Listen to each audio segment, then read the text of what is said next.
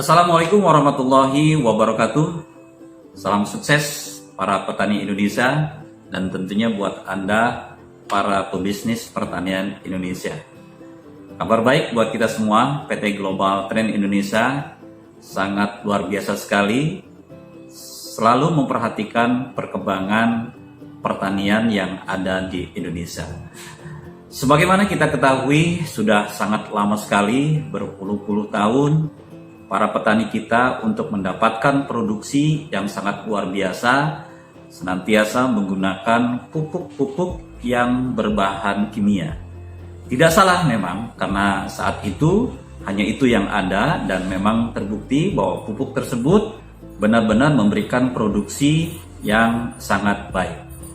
Namun untuk jangka panjang, penggunaan pupuk kimia sangat berpengaruh sekali terhadap unsur hara yang ada di dalam tanah itu sendiri.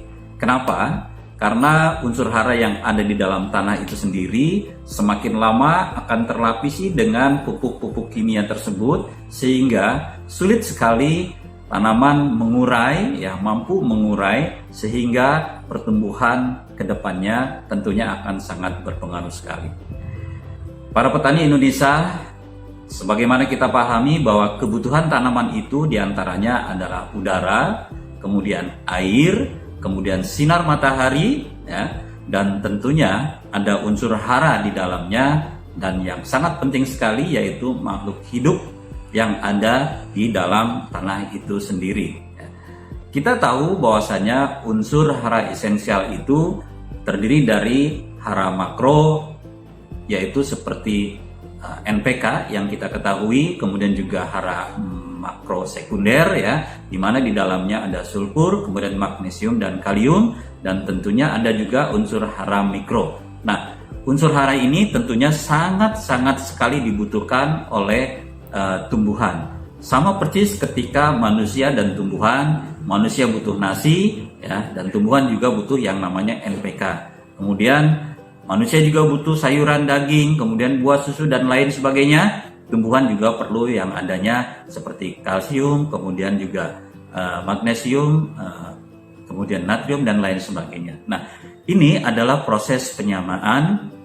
Sebagaimana kita ketahui bahwa tumbuhan yang baik itu tentunya yang mudah untuk mendapatkan makanan yang ada di dalam tanah itu sendiri. Nah, kabar baik buat kita semua Bapak Ibu, Alhamdulillah PT Global Trend Indonesia telah mengeluarkan satu produk yang sangat luar biasa sekali, yaitu yang kita beri nama adalah bio farming. Nah, yang harus kita pahami adalah bio farming ini adalah pupuk organik hayati. Artinya, bahan-bahan organik yang ada di dalam tanah tersebut, ini sudah ada di dalam bio farming ini.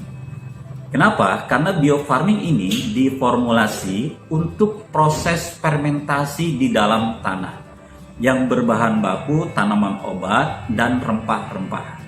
Bio farming ini diformulasi secara khusus diperkaya mikroba-mikroba aktif yang menguntungkan unsur hara, makro, mikro, asam organik, dan hormon pertumbuhan. Bapak Ibu, ini sangat luar biasa sekali, bahwa bio farming ini memberikan arti yang sangat luar biasa untuk para petani Indonesia.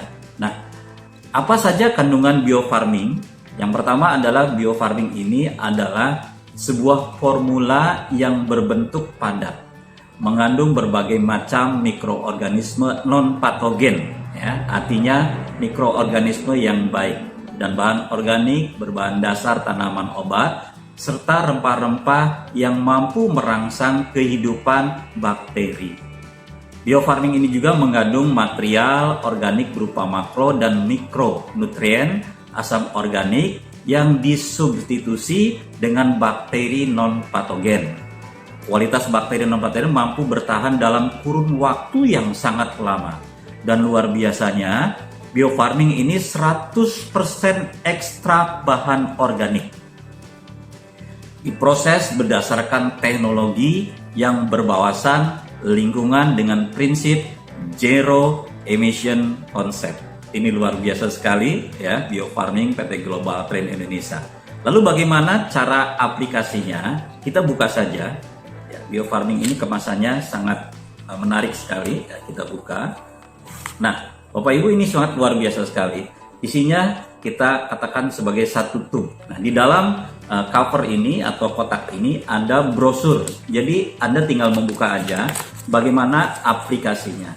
Nah, ini ada brosur bagaimana proses mencairkan atau menguraikan daripada biofarming ini ya. Dan ini juga bagaimana cara aplikasi di lapangan. Ini kurang lebih ada sekitar hampir 100 jenis aplikasi tanaman, bagaimana juga cara penggunaannya ya.